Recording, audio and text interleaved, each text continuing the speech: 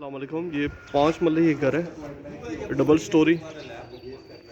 ये चेक करें, इसका ये फ्रंट है और ये स्ट्रीट और ये इसका आज ये कारपोच वगैरह है इसका।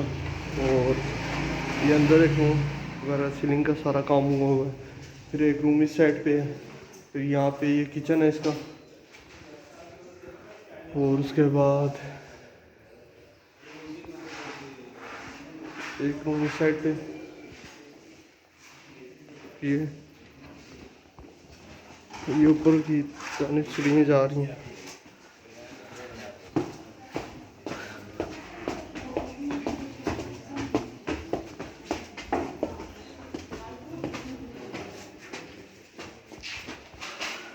इधर भी रेलिंग वगैरह लगी हुई है, तो मतलब सेफ्टी नहीं जिस तरह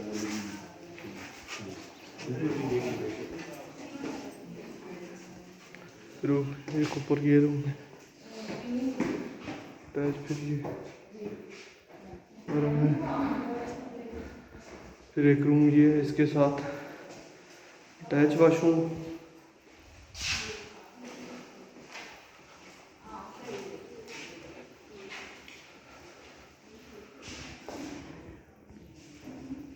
रूम